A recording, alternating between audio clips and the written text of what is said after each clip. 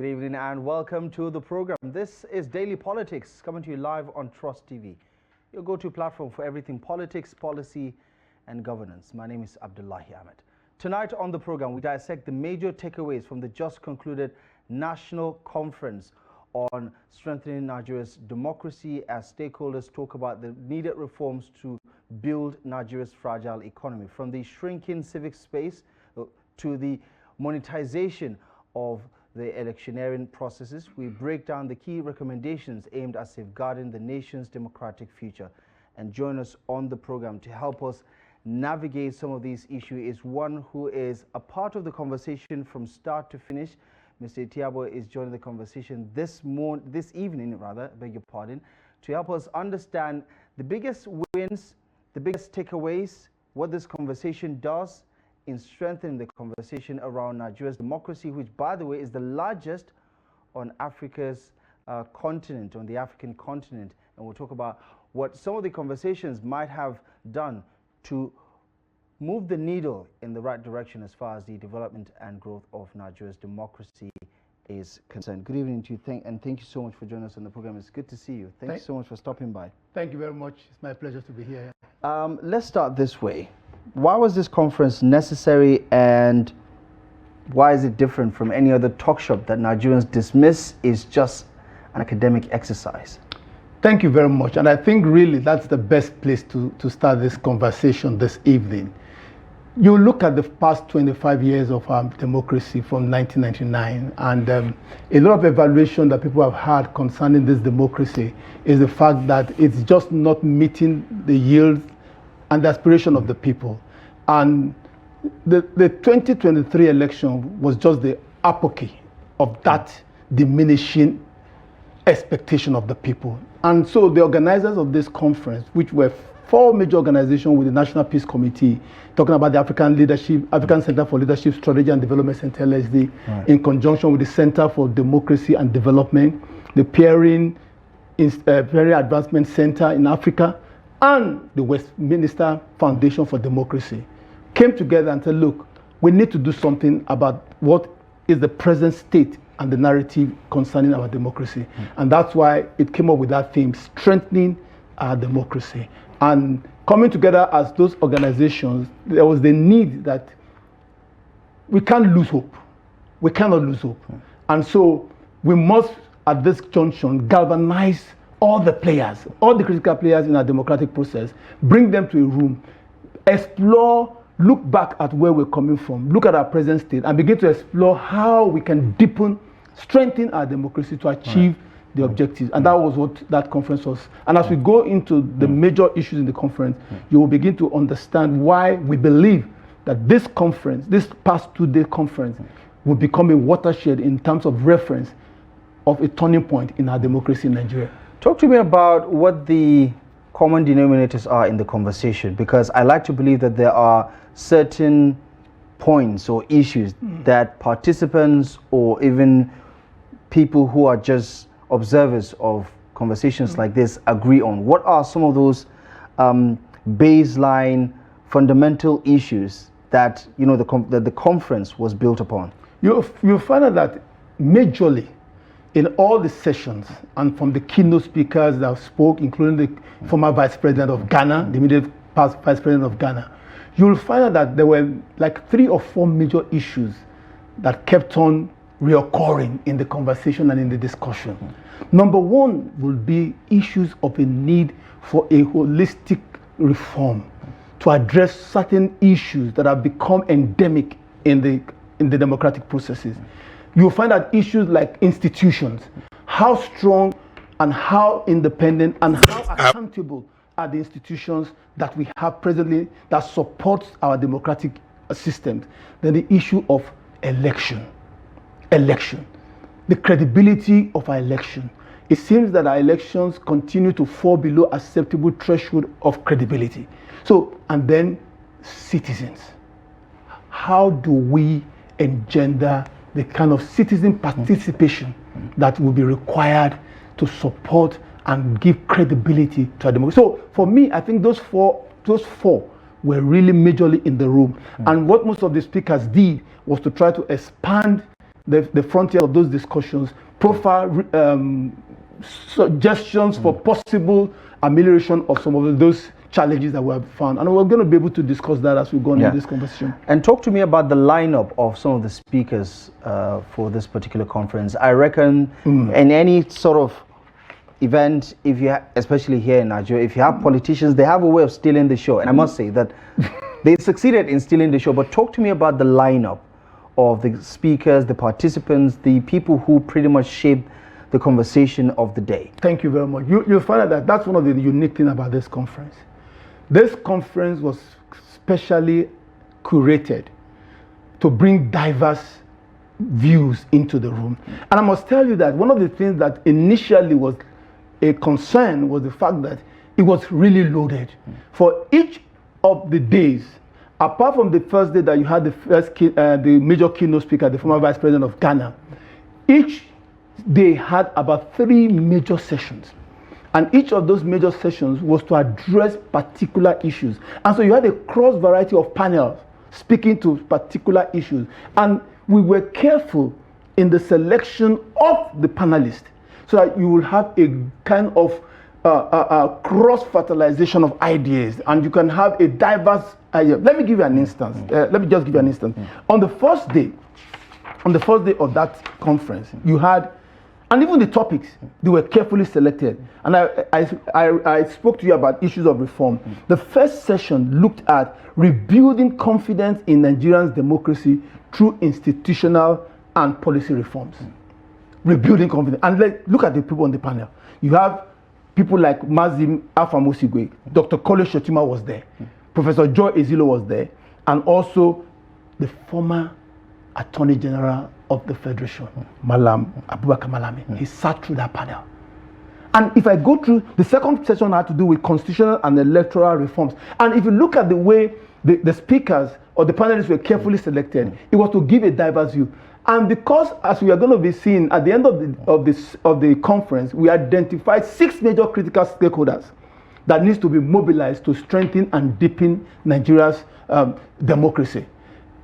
The CSO were rightly identified, and there was a session on the second day that was given to the CSO to come into the room and give their own perspective on issues that have to do with strengthening Nigeria's democracy. So I think that and let me say something. It's interesting that for a conference like this, I must tell you, we had almost 80 to 90% of people who were expected in attendance. And I think that speaks for itself. Okay, so let's talk about it, because clearly you had a packed room, but also a star-studded lineup, like the person on the screen right now, former Vice President Atiku Abubakar, the likes of Erufai were there, the former Attorney General, a host of former governors, the immediate past Vice President of Ghana, Mr. Baumia was also your guest speaker or keynote speaker, and a host of others, people in the civil society space like you, and a host of others were there.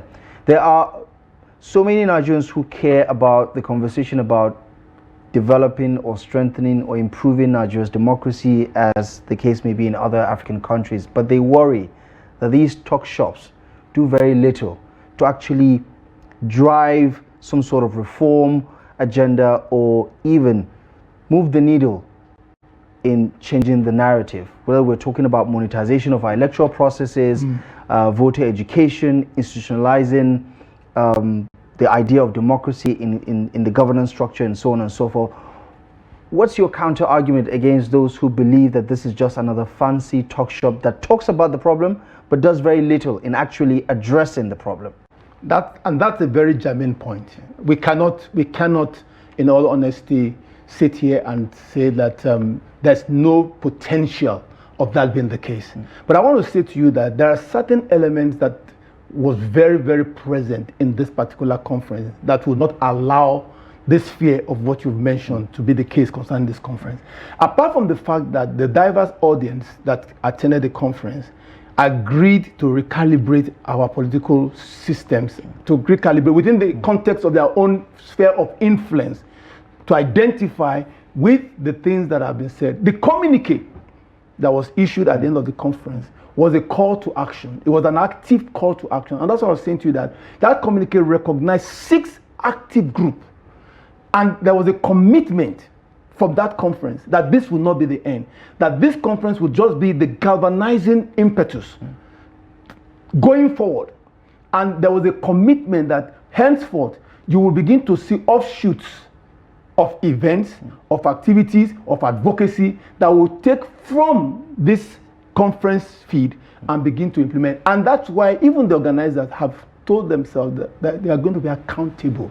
And that's talking about the African Center for Leadership, Strategy and Development, LSD, a well-known think tank in Nigeria. That's talking about West Minister Foundation for Democracy, CDD, Center for Democracy and Development, and then the PACA organization in conjunction. So I want to assure you that this will not just be, and we're saying that you can hold us accountable, that going forward, you're going to be seen from a synergistic point of view.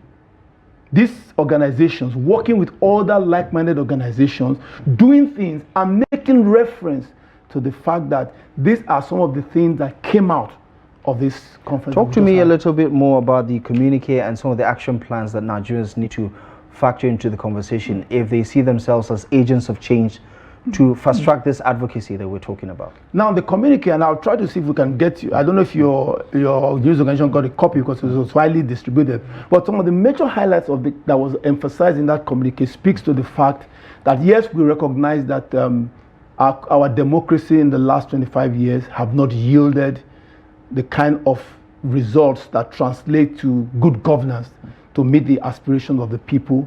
The communique recognized that yes, there have been issues, there have been challenges, especially in our electoral system, in the outcomes of our election, in meeting credibility thresholds. Acknowledge the fact that political parties must begin to play a much more active and credible role in terms of training up candidates that will eventually become candidates that people will choose from. But overall, it recognized that there is a need to mobilize 6 critical segments of the society. And I want to say that. 6 critical segments, and that once these segments are mobilized and really recruited into this movement, then we can begin that process of really deepening our democracy. And what are those 6 areas? Number 1, the executive. Right. Number 2, the legislature. Number 3, you talk about the judiciary. Number 4, the media. And then number 5, you talk about the civil societies. Number 6, the citizen. Of course, you have to have INEC in that conversation. So we've identified overall that we must be able to galvanize all of these agencies. But let me quickly say this. No one person can do everything. We believe that what we have put in place right now is a galvanizing instrument that will begin to filter into our polity and bring about desired change. And so we're looking at it as more of a movement. And as you make that plain and you make it very visible, other people that are interested and who see the viability of this will begin to plug into it. And that's why even while we're here this evening, to begin to say, look, there's something that is going on. Our democracy has not given us the kind of results translated into governance that the people expect, but we shouldn't lose hope. We shouldn't think that there's nothing that can be done, that can't be done about it. And that really is the message that was really resonating in the room. Let's not give up. Let's look at those things that, and it's not all bad and bad. It's just looking at the trajectory and saying, look, we could have done better. So where are the areas we could have done better? Somebody talked about the laws and said, look, is it just about making laws or is it just about reforms? What about the mechanism of ensuring that those reforms actually achieve the desired result? So all of these things are what we're believing that it will not be another talk show for us. Right. 25 years down the line in the Fourth Republic, the current democratic dispensation, and just as you said, most Nigerians would agree that the dividends of democracy have somewhat eluded us or continues to elude us. But like many would agree, democracy, like anything else in life, is a work in progress. That's right? We're seeing a fine-tuning amendments to the Electoral Act, for instance. Yes, it's not perfect, but it's much better than what we had 10 years ago, much better than what we had over a decade and a half ago.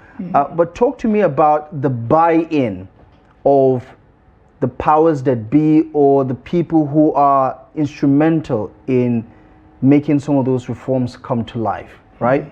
People in government, for instance, the political parties themselves. You talk about INEC. Talk to me about their buy-in. Is there a handshake between what's going on in the civil society space and what the actual people with actual power are trying to do in terms of developing the quality of our democracy?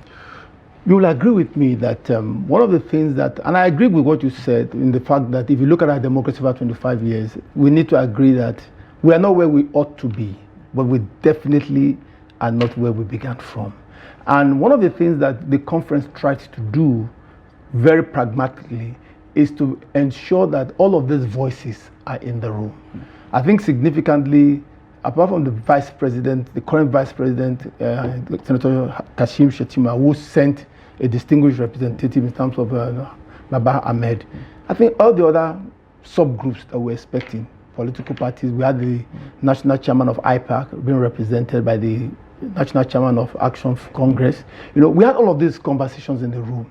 And it's now left for us to see how far we can take some of the commitments and some of the postulations of those people in the room. And I think that that's the responsibility that the organizers have taken upon themselves, that we will not leave that room without taking forward some of those commitments and some of those body language. I must talk about body language, of the body language of the people who were in the room. I think everybody agrees that if we do not do something and do something very urgently, we cannot continue to run our democracy the way it's going. We cannot. It's unsustainable. And so everybody agrees that, okay, if we use this platform as another galvanizing impetus for us to bring all of these elements that you've talked together and begin to have that conversation, have that handshake, where do we meet? The office of the speaker was there, you know, as a representative. How do we galvanize electoral reforms in such a way that it can be framed to meet the aspirations of the people and ensure that, in fact, let me give you an example. When somebody said to us in the room, from the INEC point of view, that a situation where the legislature makes law in the Electoral Act, but at the end of the day gives INEC such legal and such what you could call leeway to now make regulations. A lot of discretion. That's the word, a lot of discretion. We need to look at that. Is it not a time, and where those discretions are now what gives room to multiple interpretation of even what was in the Electoral Act. So is there not a time, has the time not come for us to begin to see how we can institutionalize by legislation in the Electoral Act to be clear and to be such that there is no room for ambiguity? So all of these are conversations that we're coming out here and there. So the organizers are going back now to synthesize some of those things. And like I said, they will become feed points in taking this conversation forward within the context of those elements that you mentioned, the executive, the judiciary, INEC, and political parties, the media, civil society, and even the citizens. Because we also agree that the citizens need to be remobilized. Because whether you like it or not, it is true now that most citizens are beginning to be disillusioned. And that's what played out. If you look at the 2023 election, what was the percentage turnout of voters? Yeah, I was actually just about to double down on that particular question. Yes. Where do the people come in? Because you have some of these groups like yours, for instance, big think tanks who take the surveys and studies and do their analysis and come up with the data that talks about, you know, the quality of our electoral process, the issues that are undermining the quality of our elections and our democracy, and so on and so forth. There are Nigerians who listen to these conversations without necessarily comprehending what it is all about. For most of them, it's just English, right? Talk to me about how you want to not water down the conversation to the barest minimum so that Nigerians can understand, but where do you see Nigerian voters playing into this conversation? What role do you think they're going to play in actualizing the action plans that you've highlighted, especially because of how important of a role they have to play in making things work? That's a very interesting point. And I want to say that there is a nexus between voter apathy and good governance. Now, people think that it only has to do with mobilizing the electorate. But let me give an instance. You will find out that the electorate, one of the single most important need or desire of the electorate is to see that their votes count. And that in itself is one of the hallmarks of democracy. The confidence that if I go out there and I vote, my vote will count. And you know that prior to 2023, there was that disillusionment, like I mentioned. But when INEC came and posited that they were going to use electronic interventions in our voting. BVAS was touted. IREV. Upload of election, real time to IREV. Everybody would see the result. You will agree with me that it galvanized the citizens, because for the first time there was that genuine belief that their vote was not only going to count, but it was going to make a difference in terms of the selection, or in terms of the person who finally gets into elective office. But we all know what happened in that process. And as we currently speak to you, check any of the data that comes out from any of the elections, off-cycle elections that have happened in this country. One significant thing that you see cutting across is this extremely abysmal turnout of voters. It's so bad. Whether it's in Edo State, whether it's in Ondo State, whether it was in the by-elections, it was abysmal. And that in itself speaks to the fact that people have, to a large extent, lost confidence that the elections in Nigeria. And so you see what people normally say. Let me just take the ones who even want to come out now has been militarized and monetized. It's like, okay, let me take, if this is my own gain, let me take the 10,000 and at least I can point to something that is benefited. Now, to come in context to what you're saying, we believe that there should be a strategic approach in dealing with all of these things. And as I said, there's a nexus, there's a connection. And the connection is, even when you're taking messages down to the subnational, to the grassroots and all of that, you also must be able to answer in those messages. If you convince me to come and vote, can you convince me, or can you assure me that my vote would actually count at the end of the day? And that's why we're saying that it is not just going with one message, come out and vote, come out and vote. You must also accompany that message with strong assurances that will convince the electorate that if I come out to vote, my vote will count. And that's why we're saying that it's a multi-sectoral approach. And that's why we're saying that when you are strengthening INEC, you are strengthening the electoral reforms and all the institutions that have to, even the police, we must be able to make sure that the message is holistic, to say to them, okay, we noticed that there were gaps.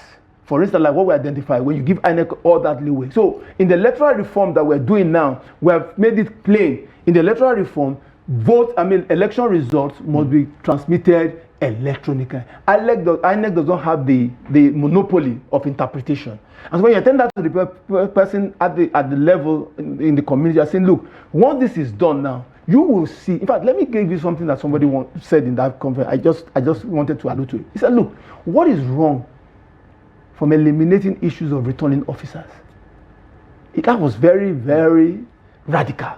If we come to the ward, which is where the voting actually happens, and we queue up in the ward, and we vote, and we are all right there when the sorting is done, the counting is done, and everybody sees the disaggregated ballot, and we announce the result at the ward.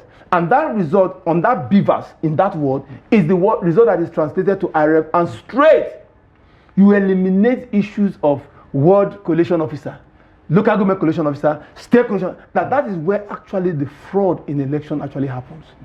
And the moment a collation officer who has the capacity or the opportunity to amend figures announces the figures, that is what is taken, and the one who is aggrieved, who has all the figures from the ward, is told to go to court.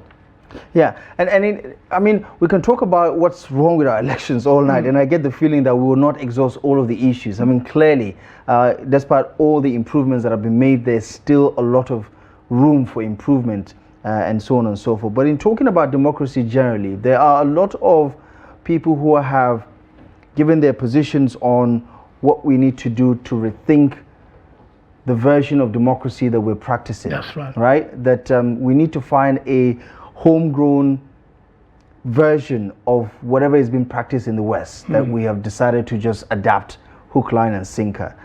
In the conversations that has been had during this conference, this two-day conference, give me a sense of whether you think the ideas that have been shared have also alluded to a rethink of the version of democracy that we're practicing. Well, I think basically in the room, most people did not fault the version of the democracy that we are practicing.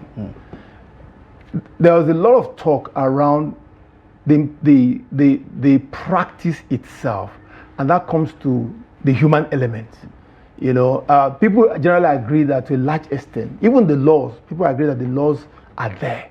Yes, we keep tinkering with the laws every electoral cycle and all of that. But people agree that the laws are there. They might not be perfect, but they are there. And they show potential to produce or to engender credible election. And so you find out that one of the emphasis is like there's the human element.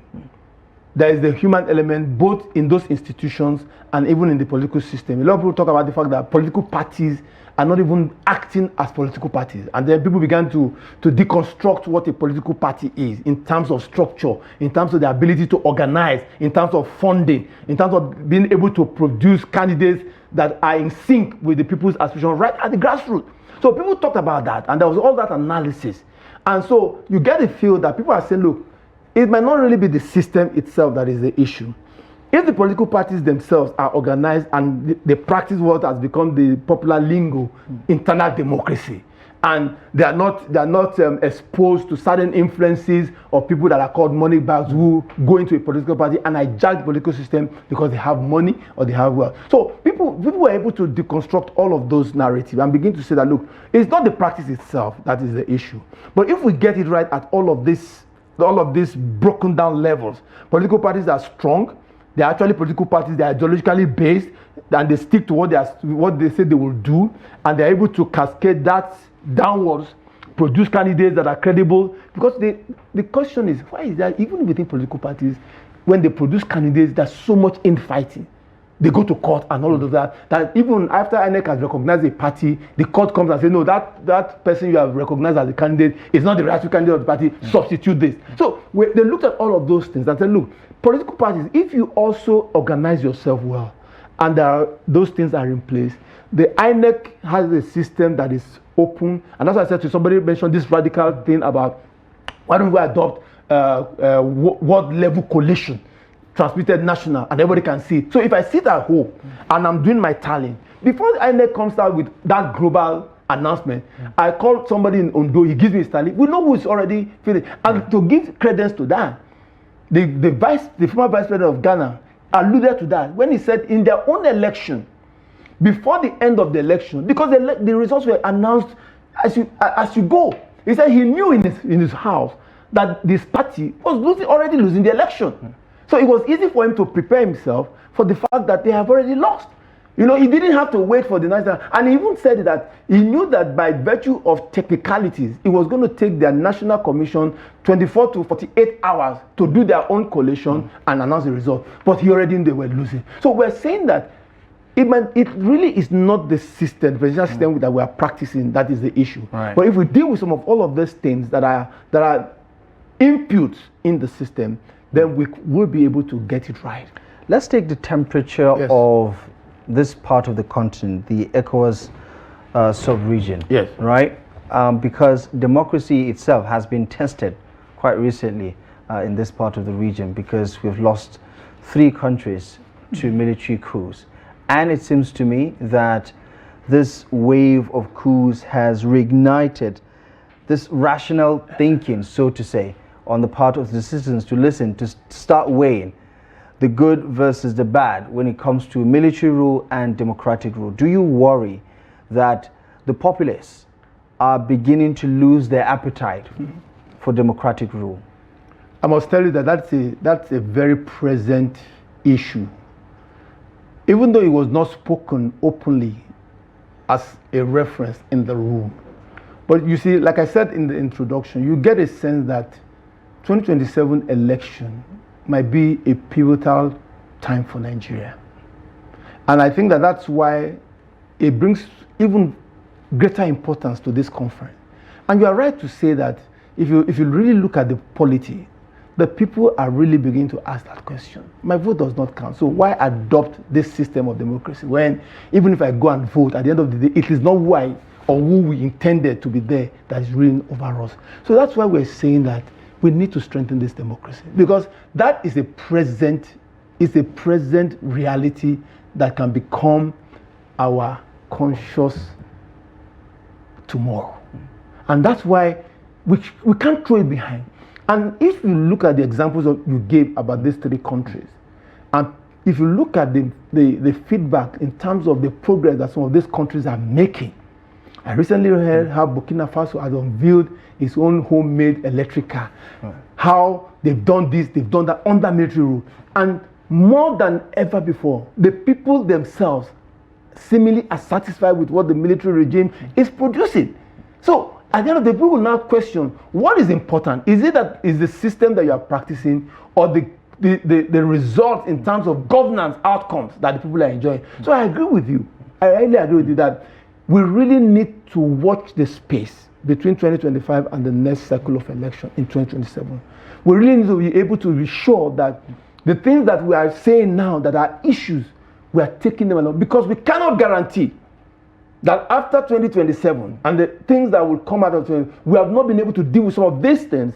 What will be the state of our population? And that's why it's better that we work together. And that's why we're saying that this conference presents a very important opportunity and platform for all people who truly love democracy in Nigeria to come together and strengthen and build our democracy. In terms of demography, talk to me about the youth demographic, because they have the numbers, they are the energy, they are the passion of not just the system, but of the country. You talk about arts and culture, you talk about everything else in between. You talk about the energy in the electoral process itself. The youth are driving it, whether as ad hoc staff or as voters or as disruptors of the election, to be honest, you know, that have been often used by some political figures to disrupt the process. Talk to me about their role in this big thinking of reforming and developing our democracy. Where do you see them in the grand scheme of things? They're very critical. Of course, you know that the demography of Nigeria, as per the last census, will tell you that the youth are more than 50%. You know, it's there, demography is there. And I think that in 2023, you cannot look at the way the youth mobilize, using the instrument that they are very familiar with, the social media and all of that, and they mobilized in terms of wanting to participate. And it was a proven fact that their numbers in the election was the best we've had so far in this country. We won't go into the aftermath of the election, but those are facts. Those are facts on the table. And this conference is not going to lose sight of that very critical demography going forward. But I would say that for this particular 2 days, we needed to have a reference. I will be able to say that we needed to have a reference. So it will appear that when you look into the hall, you will say, oh, these are all the actors that have been in this space. Old timers. Yes, that has been in this space. We didn't see a lot of the new faces that we would have thought we would have seen in the room. But what we're saying is that we have to have a reference point. You have to have a beginning point. And that's why I said to you that this conference is just the start. It's just the beginning. Going forward from now, you're going to find out that there are a lot of activities, a lot of engagement, a lot of advocacy that will begin to happen, that will reference this conference. And that will begin to take care of some of this demographic that you've talked about. Let me give you a quick example of one of the quick things that is beginning to even come out. Our center, the African Center for Leadership, Strategy and Development Center, LSD, next month we'll be organizing a policy brief, a policy dialogue. And we're going to be looking at one of the things that somebody just dropped at the conference, which was what? Single day for all elections. It came out of all elections? Yes. Why do we stagger the elections? Why do we stagger the elections? In other climes, is it done that same way? Why can't we have on that single Saturday all the elections in a ballot? Can we start beginning to think about that? So these are some of the things that are radical things that are coming out of that conference. And immediately, 3 weeks from now, February 21st, we're going to be having that policy dialogue. And we're going to be interrogating the viability of that. And that's how, like I said to you, this is not just going to be one of those normal talk shows. We have a bit of time. This is just the beginning of 2025. We believe that if we're able to really begin to engage some of this conversation, why can't we begin the conversation around, like what you said, world level coalition? Why can't we, what will it take to implement that? And so when the National Assembly is looking at reforming or looking at amending the 2022 Electoral Act, and we're able to have this conversation around the viability and even the importance and even the need for such, I will put the Electoral Act. It's one of the ways that you can strengthen democracy. So that's why we're saying that this will not just be or end like a normal talk shop. You are going to be inviting us soon again to come and tell you that, look, from this talk shop, this is what we are doing from. I just gave you one about this policy brief or this policy dialogue. We'll tell you from the talk shop, we're engaging the youth here, we're engaging here, and this is the message. We'll tell you we're cascading. Somebody mentioned NOA. That NOA is seemingly not doing an effective job in terms of mobilizing people. And that's the federal government most important vehicle that has offices in the 774 local government areas of Nigeria. Why are they not doing the issues around mobilization? Then somebody said, are they well funded to do that? Yeah, I mean, the issues are quite too many to say the least. But talk to me about this particular issue that also stands out. I think we should just play a clip of what the former governor of Kaduna State, Malam Nasir El-Rufai, had to say about the opposition and under the current political climate, how it is under some sort of attack from within, and why that is also undermining the quality of the democratic process in the country. Have a listen to what the former governor of Kaduna State had to say. The PDP, which is one of the largest and perhaps the oldest political party in this republic, is clearly targeted for destruction. It's a matter of time. There are internal mercenaries in the PDP that have been hired, paid, or otherwise motivated to destroy the party. So the party is on its way to the grave.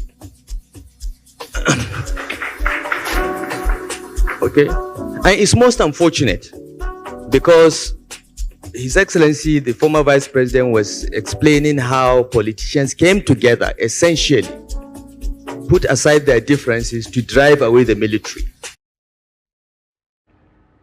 Internal mercenaries, PDP are on the way to the grave, and a lot more. You get a sense of what he's trying to actually say. Talk to me about the opposition in what in that conference became the most obvious thing, because a viable, formidable opposition is necessary for a thriving democracy, isn't it? It is. What is the understanding of what's going on in Nigeria? I will tell you that within the context of party politics and within the context of getting into power, there are a lot of dynamics that come to play.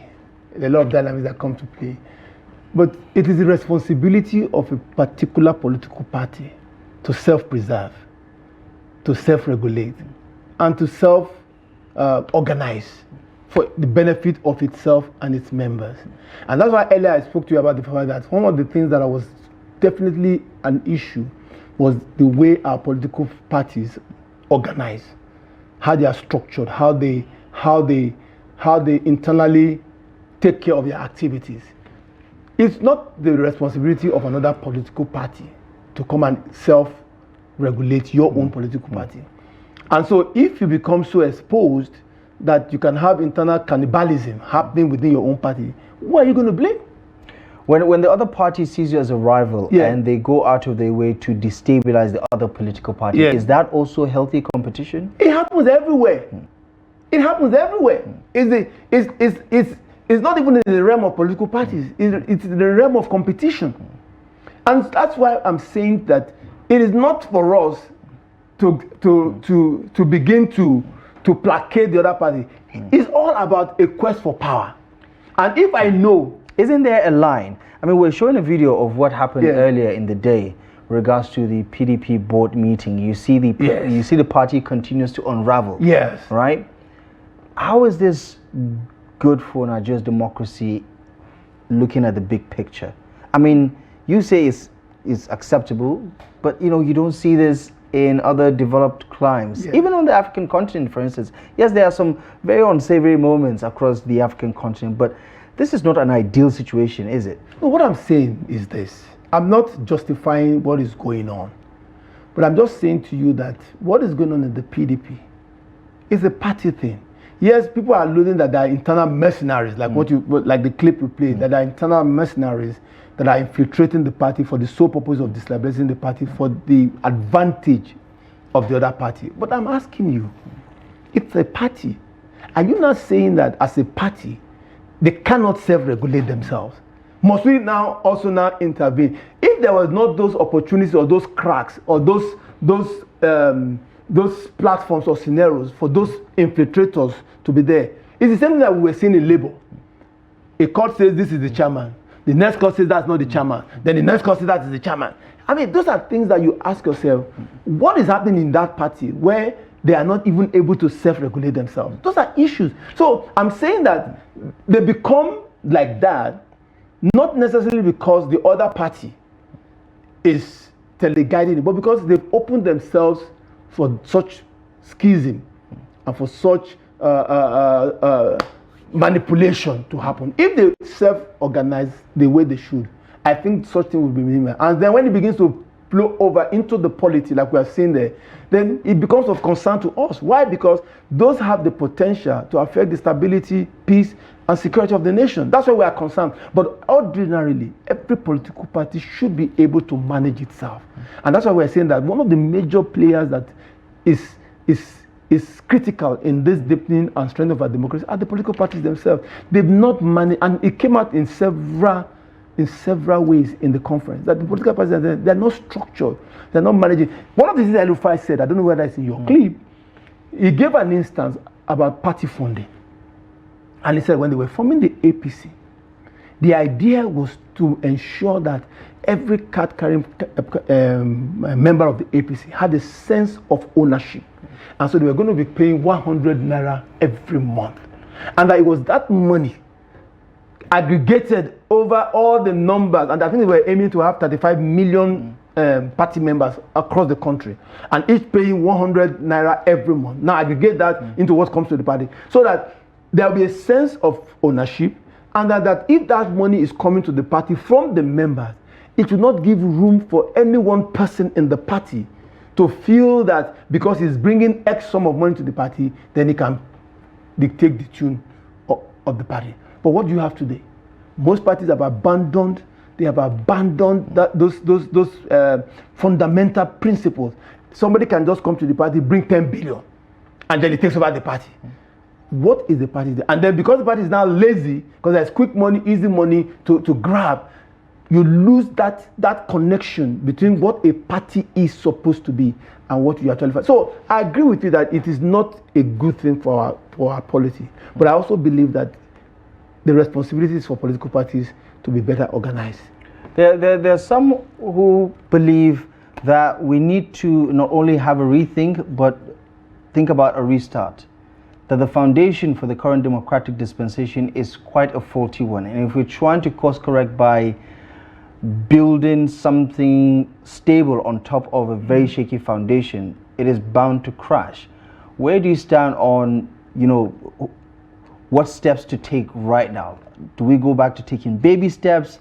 Are we just trying to rescue what's left of the quality of the democracy that we have right now? You talk about the politicians, you talk about the political parties themselves. Nigerians will tell you that, it's rotten to its very core. I mean, how Herculean of a task are we talking about here? Let me delve a little bit into the realm of strategy. In strategy, there is always what we call strategic levers. And by work, a lever is something you put in a place, and when you lift it, you are able to achieve something that is greater than even that lever itself. And I think that in Nigeria, we have certain strategic levers that we can lift that can translate into very quick turnaround in terms of what we have. I'm not saying that we have all the answers, but I know that there are some levers. And one of the levers is that I do not believe that we have to dismantle all the structures and all the systems that we have in place. I just believe that if we get it right in certain of those places that I call the strategic levers, it will have a concomitant effect that will have positive impact on our polity. Let me give you an example. And it always starts from where you are. It always starts from where you are. If you look at our political parties today, you could say we have a major party that is in power, and then you have another party which is the main opposition party, like we normally say, and then you have all this other, a third party. You know, Nigeria is always talking about a third force. And I heard somebody saying today that it was only going to be a part of a coalition, because they already, for 2027 now, there's already the start of another talk of a coalition. A coalition, you know, let's build a coalition. So it always ends up. And then there were disagreements about, you know, those coalitions. Yeah. I mean, Atiku is for coalition to grab power. Peter Obi stepped outside, spoke to the media and said, listen, he doesn't subscribe to the idea of a coalition just to grab power. That's the point. You see, when your coalition building is basically, let us synergize or let's strategize on how we can grab power. Don't forget that even the current government came via coalition. We know how many political parties fused to form the APC, and then we're now big enough or to generate the critical mass to be able to sweep out the ruling PDP. So we know all that. So when people talk about coalition, you ask them, what is the coalition? Is it just about making sure that you win at the elections and then what happens after? So what I'm saying here is that, to your question, there are some strategic levers that I believe that we can apply in our present situation that can bring a concomitant positive impact. And I was just mentioning one of them to you, that one of them is, first and foremost, even in our political system, then you ask yourself, what regulates the political system? The political systems are regulated by certain rules that were made, and which INEC is supposed to be the chief enforcer. To what extent do we get it right in that place? So I think that if the executive also, the way it is currently constituted, truly is a strategic lever, wants to work and interface with the legislature, to ensure that when we look at those laws that establish political parties, that is making such a thing that is happening in PDP today or in Labour Party to be a reality, can we look for ways to ensure that we block it? And in doing that, somebody said in the room, do we begin to look at issues around independent candidacy? If a candidate is so shut out in a political party and is sure that he can win, can he step out? And somebody gave we have to look at comparative. Somebody gave an example, and he said in Ghana, in this last election, there were some people who were shut out of their political party, but they felt that they were sufficiently popular and they could go alone, and they went on and fought. Right. There are some who also believe we need more political parties to be registered. Right now we have less than 2 dozens. What do you think? No. More political parties? No. The more the merrier? No. What we need, and that's the same, and I think others have practiced it. You can register, people can form parties because it's one of the inalienable. Should we raise the bar? Yes. You can. I can come together and form a party, and my party is just Green Party. Okay? And I can focus and say, look, I want to focus this party. We're going to focus only on this state because we want to make a difference in this state. But I think what should be done is that we should not put a high bar in forming parties, but there should be certain levels of criteria that will make you get into a national ballot. All right. Okay. And I think that's practiced in some other climes. They tell you before you can be put on a national ballot, even in America, before you can be on a national ballot, you must show that you have this number of persons, you must show you have this number of organizing, and then in the last election, you would have shown that you have won X amount. If you meet all, and it should be credible, it should be transparent. Yeah. If you meet all these criteria as a party, they will put on a national ballot. But if when you go to our polling booth and they give you an election, and you still like 18 parties, I mean, it's ridiculous. Finally, in less than a minute, if you can, for the most part, elections are won and lost on election day at the ballot, right? In Nigeria, however, a new normal has taken over. Yeah. You don't just win on election day, you also have to win in the Nigerian courts. Yeah. The courts have become very central in determining who wins and loses an election. And for the most part, I think a lot of people agree that that is an aberration. Yes. How do we get rid of that? One way, and it's been suggested, in one of the amendments that is already being tabled, is an amendment to say that all cases that have to do with election must be done away with before inauguration. I mean, it's ridiculous. It's so if I will use the word, it's so innocuous. You are the government. You've already been sworn in, and you are fighting a case in court. It's almost unattainable that you will be unseated. So that case to say, look, make sure that all cases, even if it's going to go to Supreme Court, to have a time frame to deal with it before the person is sworn in. Because there's no way you can take away the power of incumbency, the presence of incumbency. I mean, I'm a sitting governor and I'm dealing with a case in court. There's no way, there's no that case can to a large extent be fair. And that's why I was saying, if you look at in recent times, how many cases have been reversed? And so we're saying that aligned to that is the fact that you must ensure that election results at the world level is as credible as possible, and then you reduce the possibility of swearing in anybody before. You must resolve all cases before you swear in anybody at all levels. Interesting conversation. Looking forward to the next big talk show. See where that goes in terms of moving the needle. Mr. Itia Atabo, the Director of Strategy, Africa Center for Leadership, Strategy and Development. Thank you so much for joining us on the program. I appreciate you very much for stopping by. Thank you for having me. Thank you so much for coming. Thank you. And that is our show for you tonight. Thank you most kindly for joining us. We do appreciate your time and company. Hope you find the conversation enriching. We'll be back tomorrow, live and exclusive on Trust TV at 8 p.m. We hope to see you soon. Until next time, my name is Abdullahi Ahmed. Good evening.